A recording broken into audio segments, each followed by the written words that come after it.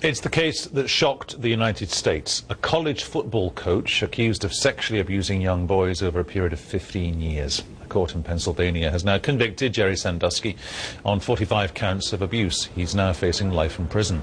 The two-week trial included testimony from 8 young men.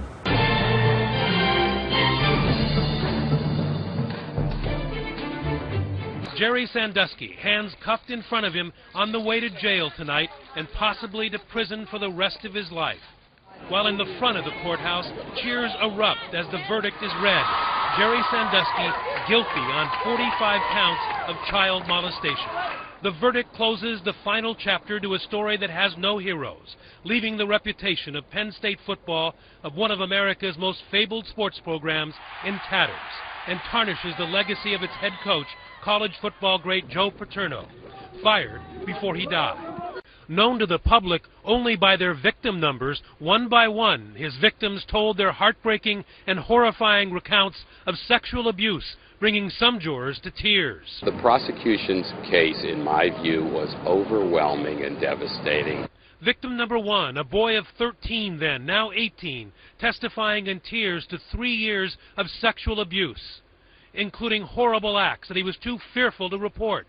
Victim number 4 says he was abused as often as 3 times a week for 3 years, claiming Sandusky even offered him money to continue spending time with him.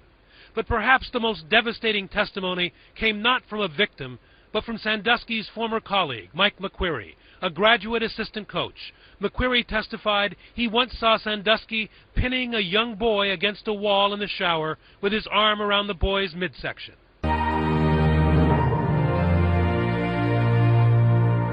8 young men testified during the nearly 2-week trial, providing graphic details of the abuse. Several testified that he forced them into oral sex. One reported how Sandusky had sodomized him in the showers at Penn State. After the verdict, police praised their bravery at speaking out. What those 8 young men did coming into this courthouse and worked through their fear and the courage that they showed, they are the heroes of this investigation, and to them, we will eternally be grateful. In court, Sandusky showed little emotion as the verdict was announced, in contrast to the cheers with which it was greeted outside the courthouse. Sandusky will now spend the next 3 months in prison pending his sentence, which could see him spend the rest of his life behind bars.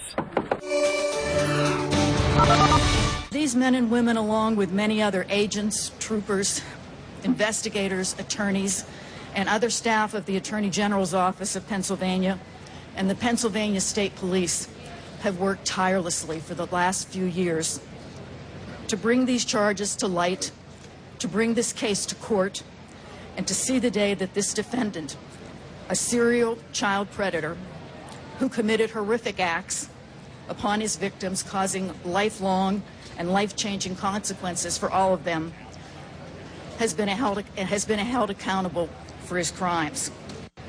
I also want to offer my most sincere thanks to all the young men, the victims in this case, who came forward to bravely testify during this trial.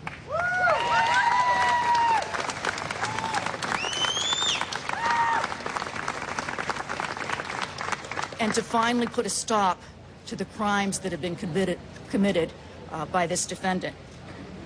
They've shown great strength and courage during this investigation, candidly and sometimes chillingly, telling their stories not only to the jury and a packed courtroom audience here in Bellefonte, Pennsylvania, but also to the entire world.